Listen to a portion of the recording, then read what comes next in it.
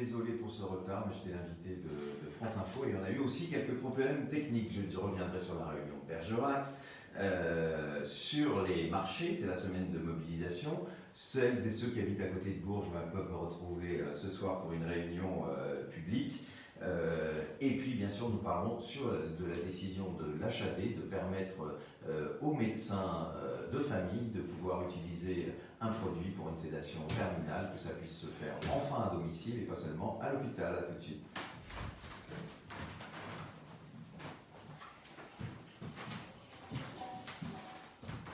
Alors, merci encore, mes excuses pour ce retard. On a eu d'abord un petit problème technique, et puis après, je débattais sur France Info avec un médecin de la question de la fin de vie. Alors, en ce moment, eh bien, notre activité déborde, puisque vous savez que nous sommes dans la semaine de mobilisation des marchés. Vendredi, j'étais à Bergerac avec un débat avec nos amis de la Libre Pensée, avec nos amis de la Ligue des droits de l'homme. Merci encore à Dominique Attingre, la déléguée de ce département, d'avoir réuni près de 200 personnes ce soir-là. Vous êtes toujours aussi nombreux et nombreuses et aussi mobilisés. Dimanche, bien dans le cadre de cette semaine de mobilisation, j'étais avec notre secrétaire général Jonathan Denis sur le marché de la Porte Dorée dans le 12e arrondissement. Merci aux militants qui sont venus tracter malgré les conditions climatiques qui ne sont pas très bonnes. Alors je vous rappelle que dans toute la France actuellement, dans vos délégations, se déroulent des distributions de tracts. Alors je sais que ces derniers jours, avec notamment cette tempête qui a frappé une grande partie de nos départements, c'est pas simple, mais les militants sont quand même allés sur le terrain. Et je vous rappelle que ça continue toute la semaine.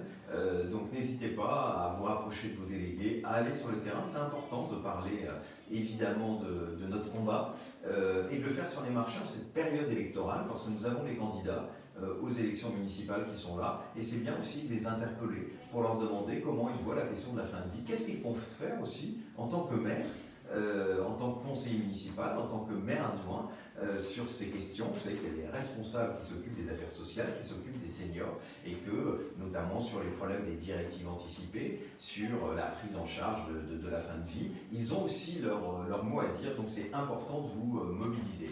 Alors, moi, je continue cette mobilisation cette semaine qui est évidemment particulièrement importante. Je serai à côté de Bourges ce soir à Levé, exactement. Donc, si vous êtes dans cette région, je serai heureux de vous retrouver à partir de 19h et on nous annonce un certain nombre de personnalités, dont des parlementaires. C'est le moment de leur dire à quel point on a envie d'avoir une loi. Donc, si vous êtes dans la région de Bourges, n'hésitez pas à venir nombreuses et nombreux ce soir. Et mercredi, à l'occasion de cette mobilisation, nous réunirons les personnalités qui composent le comité de parrainage de la DMD, ces artistes, ces écrivaines, ces écrivains, ces chanteurs, ces chanteuses, ces intellectuels en général, qui eh bien, nous soutiennent dans cette cause. L'occasion de leur dire aidez-nous encore à plus mobiliser, n'hésitez pas dans les médias que vous faites à parler de notre cause. Alors l'actualité du jour, qui explique un peu le retard aujourd'hui, puisque comme je le disais au début, je débattais sur France Info il y a quelques minutes, l'HAS, la Haute Autorité de Santé, a enfin proposé que ces médicaments qui sont utiles dans le cadre des sédations terminales puissent être accessibles aux médecins de famille, aux médecins à domicile. Rappelez-vous cette affaire qu'il y avait eu en Normandie où un médecin a été mis en cause et poursuivi, a été suspendu dans l'ordre des médecins tout simplement parce qu'il avait utilisé un produit qu'on a le droit d'utiliser à l'hôpital mais pas à domicile. Alors ce problème montre une fois plus que cette loi et ni fait ni à faire dans plein de domaines. Nous, ça fait bien longtemps qu'on dit qu'il ne doit pas y avoir de distinction entre mourir à domicile et mourir à l'hôpital, qu'il faut mettre les moyens. Et c'est une affaire de moyens.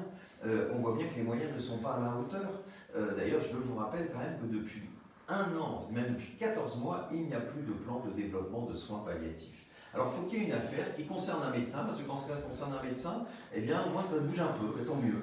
Parce que quand ça concerne quelqu'un qui meurt dans la souffrance, ça émeut beaucoup moins.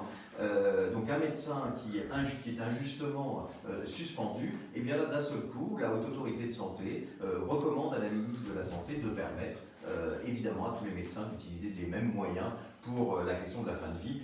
On va voir ce que va dire la ministre de la Santé, mais ça va poser les questions de l'hospitalisation à domicile, du développement des soins palliatifs, parce que tout ça nécessite évidemment des moyens financiers qui ne sont pas là aujourd'hui. Et je le dis une fois encore, il faut qu'on fasse enfin des lois qui mettent le patient au centre de la décision.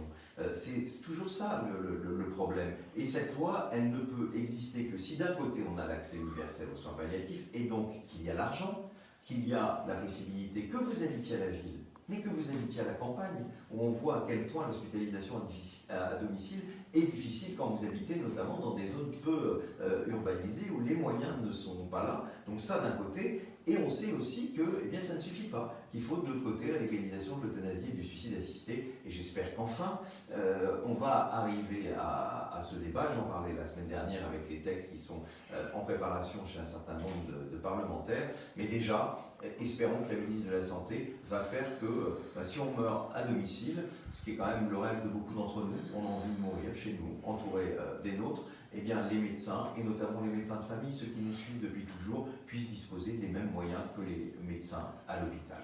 Voilà, c'est terminé pour aujourd'hui. On se retrouve la semaine prochaine. Merci à Geoffroy d'avoir filmé.